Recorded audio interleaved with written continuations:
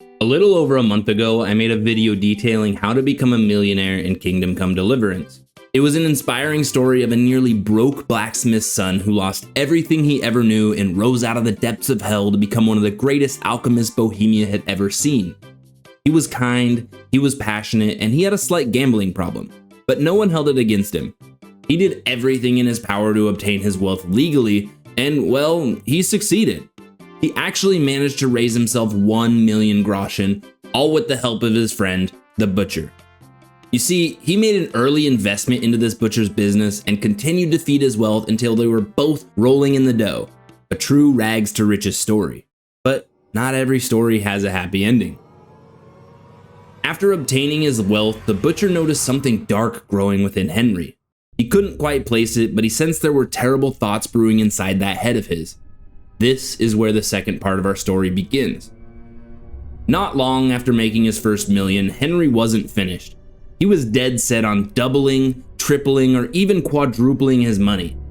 It seemed there were no limits on how much wealth he truly wanted to accrue. His ultimate dream now, billionaire, with a B. This was the beginning of a downward spiral harboring deep inside our friend Henry. Henry knew this was a pipe dream. I mean, alchemy was already a tedious enough process.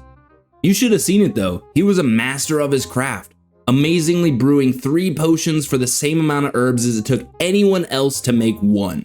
He truly was a wizard, but there were limits. Making his first million was already incredibly time consuming and very much full of grueling labor. But what if he could hire people to work for him? Now that's a $1 billion idea. Henry saw an ad in the paper about a rundown town northeast of his old home of Skalitz. He actually remembered running bandits out of this town with the help of his neighbors in Talmburg. What seemed like a one-off mission at the time now gave Henry an idea, a business idea. After talking with Sir Divish about what the plan was with the town, it turned out Sir Divish actually wanted to rebuild it and bring it back to its former glory. This slightly angered Henry since it was his idea that he planned to present to Divish in the first place. But then it's revealed to Henry that Sir Divish actually wanted to appoint him to rebuild this town using groschen out of his own pocket. To Henry, this felt like a slap in the face since it was already his plan all along. It's like when someone tells you to do the thing you're already doing or going to do. It's slightly annoying, but he got over it since it's what he wanted in the first place. Henry's plan was to rebuild Privoslavitz and make it the wealthiest town Bohemia had ever seen. No longer would he have to build his wealth while supplying Ratai with his tax dollars. He would instead have his own empire with his own rules, and he gets to build it exactly how he wanted. This was perfect. So after many weeks of planning and building, we finally arrived to present day. Henry had just finished putting the final touches on his town and was ready to put his merchants to work. Since he now had his own herb garden and alchemy bench, Henry started doing what he knew best, cranking out them potions. He hit up all his usual spots to procure the ingredients needed, and along the way found a couple more hidden spots, hauling in over 1,000 comfrey. This would net Henry more than 3,000 Lazarus potions. Truly incredible. Now to establish which merchant would be the first to invest in. Since the baker was just down the road from the alchemy bench, we set our sights and slowly crawled our way to sell all 3,000 of our potions. These took a ton of time and effort to procure, so hopefully we'd fetch a fair price. And kind of. He made just over 100,000, which is very good, don't get me wrong, but definitely isn't going to propel us to $1 billion anytime soon. So Henry began to brainstorm other methods. After an excruciatingly long and arduous amount of thinking, Henry came to the conclusion that there was absolutely not even close to 1 billion groschen in circulation. This angered Henry once again. He had one dream, well, 2 dreams in his life, and he was only able to achieve one so far. He fell into another spiral, drinking day in, day out, yelling at everyone about how he rebuilt this entire town and they owed him and blah blah blah. This was not a good look for young millionaire Henry, and his town may have started to question who they'd chosen to follow. At least he still had some of his wealth, but then it hit him. If he couldn't make the money, he'd just take it. This is where the story turns dark. Henry had become blind with rage and narcissism. He wanted power, so he changed his goal slightly. If he couldn't have $1 billion and the most powerful empire in Bohemia, he would at least make damn sure half the dream stayed alive. How in the world did he plan to do it, you may ask? Well, he's going to have to take out the competition. As he thought more and more about it, Henry knew simply stealing everyone else's belongings wasn't going to cut it. They would simply rebuild with their community and weather the storm he planned to unleash. No. Through his deranged mania, Henry came to the conclusion that he must end their life and steal their wealth to build up his own empire, thus completing the second half of his dream and solidifying his name in the history books as the most powerful man in Bohemia. This was the grim reality, and there was no one who could stop him. Alright, so how did he do it? Let's take this journey alongside Henry and see just how exactly he managed to complete his goal and rid the lands of his competitors to gain monopoly on all the goods being sold across the land, starting with the town that took him in all those months ago as he was seeking refuge from the inhumane slaughter that had fallen upon Skalitz, Talmburg. It's ironic, isn't it?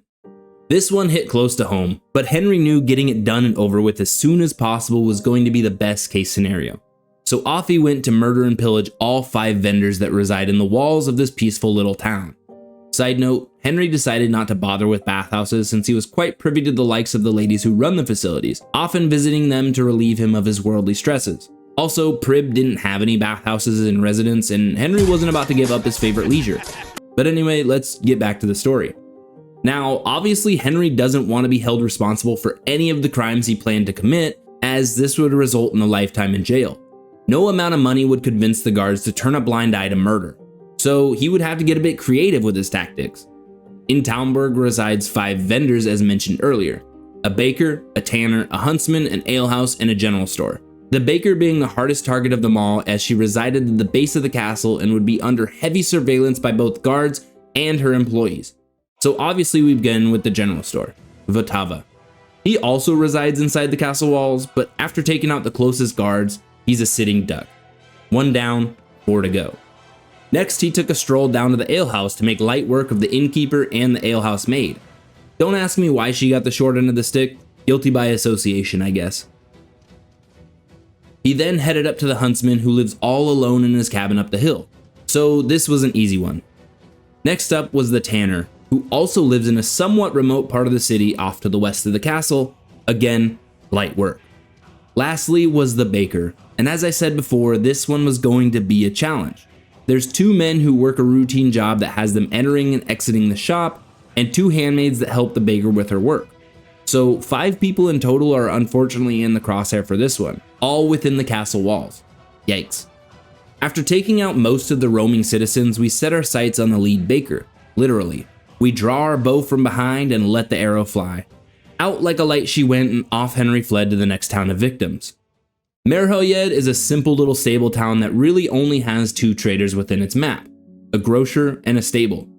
Henry's version of Privoslavitz had neither of these traders, but he can still ensure Prib is the only one-stop shop around.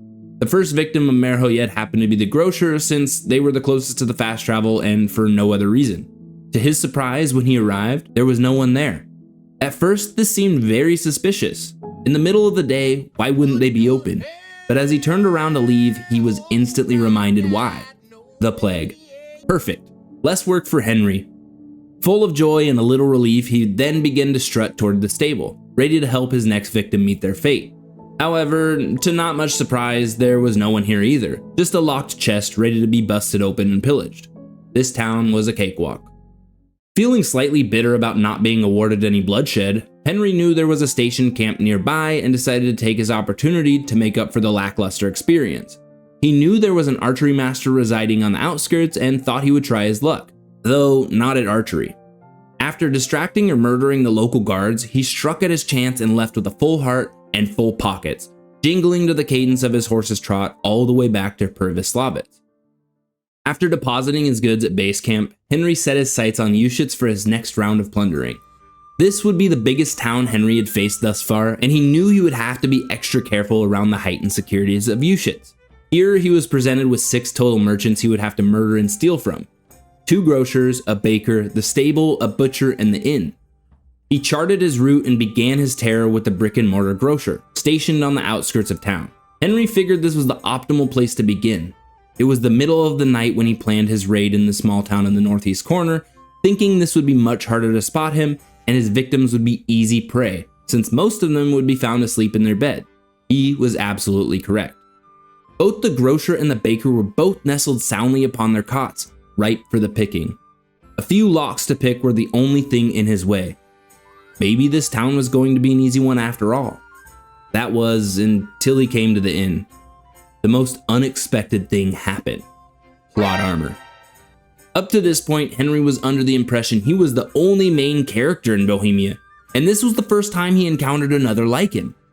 Both the alehouse maid and the innkeeper were unkillable, but that didn't stop Henry from knocking them both out and taking all of their shit, leaving them with nothing.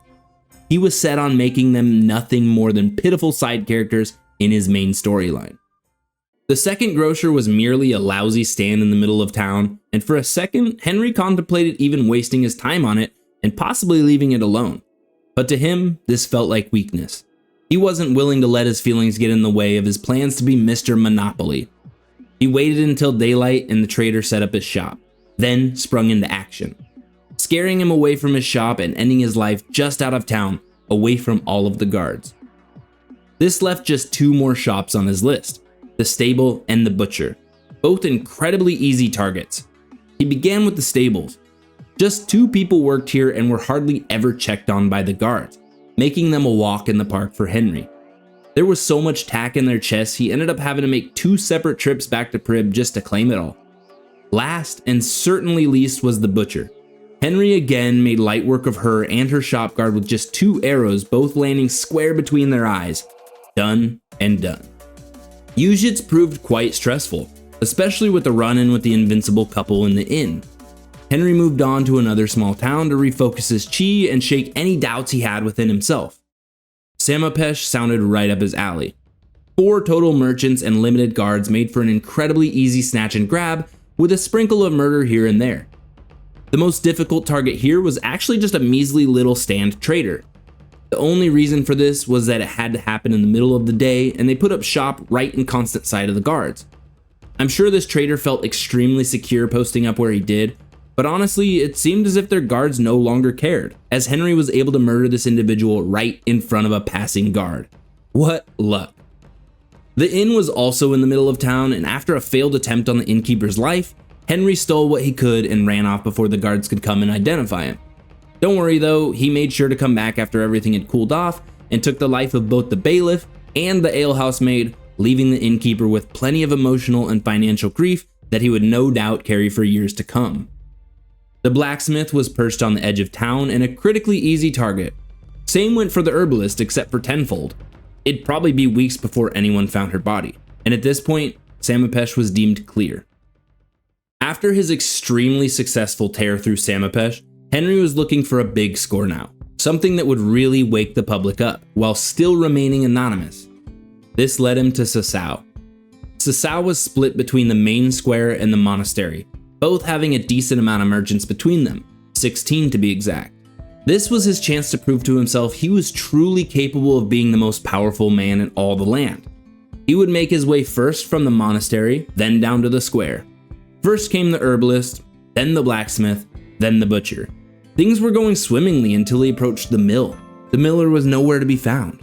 Suspicious, sure, but honestly, Henry took it as a sign from Jesus Christ that he was following the correct path. That was until he came across yet another set of plot armor. Damn, these innkeepers are really that important, huh? Nevertheless, he still took the life of the maid and a couple others before raiding the place of its goods and heading down to the main town. This is where shit got spicy and almost went sideways a few times, and got Henry questioning, yet again, if he was capable of what he thought initially. Either way, he still succeeded in the end. First came the blacksmith, then the weaponsmith, and then the butcher, trader, and armorsmith. Beyond them, he took out the scribe, the cobblers, tailor, grocer, baker, and lastly the second innkeeper and alehouse maid, all the while stealing all of their things and transporting them back to home base.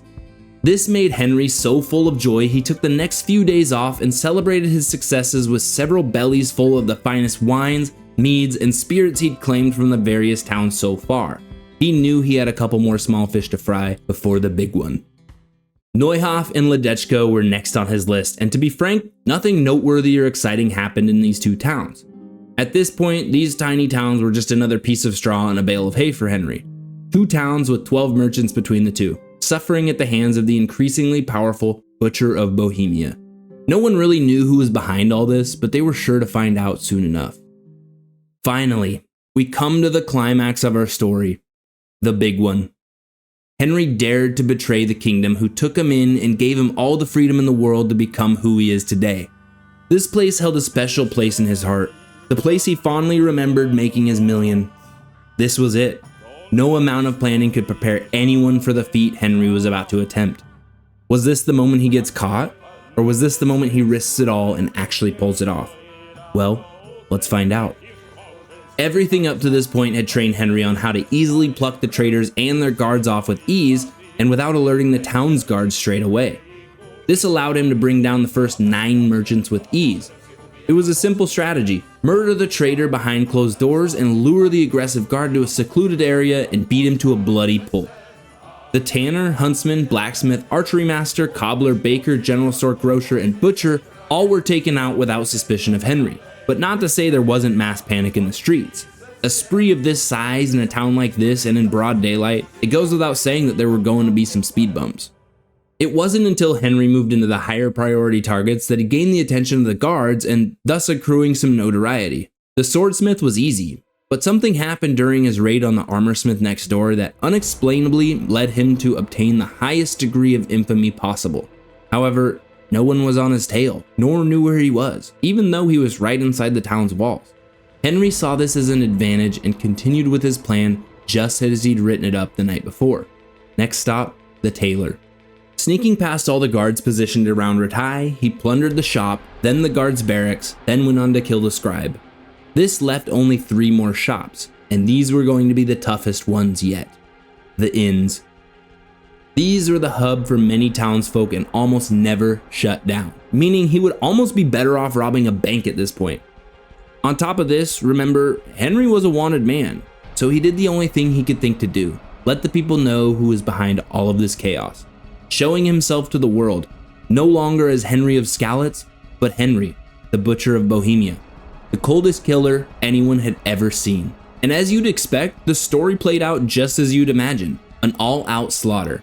Bodies piling up one by one as Henry unleashed his final rage upon this once peaceful land. He was worse than any human mankind had ever witnessed. This was his magnum opus. This was the end of an era. This is where our story comes to a close. Henry made his way back to Privoslavitz, leaving hundreds of bodies in his wake, all in the name of being the ultimate ruler of the lands that helped prop him up when he was at his lowest. The outcome no one could have imagined in any timeline. A story I thought I'd never tell. These were the darkest days to ever fall upon Bohemia and her people. Henry bolstered the wealth of his people and his people alone, all without them being any wiser to the atrocities he had committed elsewhere. They mistook it for kindness. After everything he'd done for him, there was no way they'd even consider him to be evil. They assumed his incredible wealth was the catalyst that allowed them such freedom and general well-being. This was the ultimate sin. This was the alternate ending to Kingdom Come Deliverance.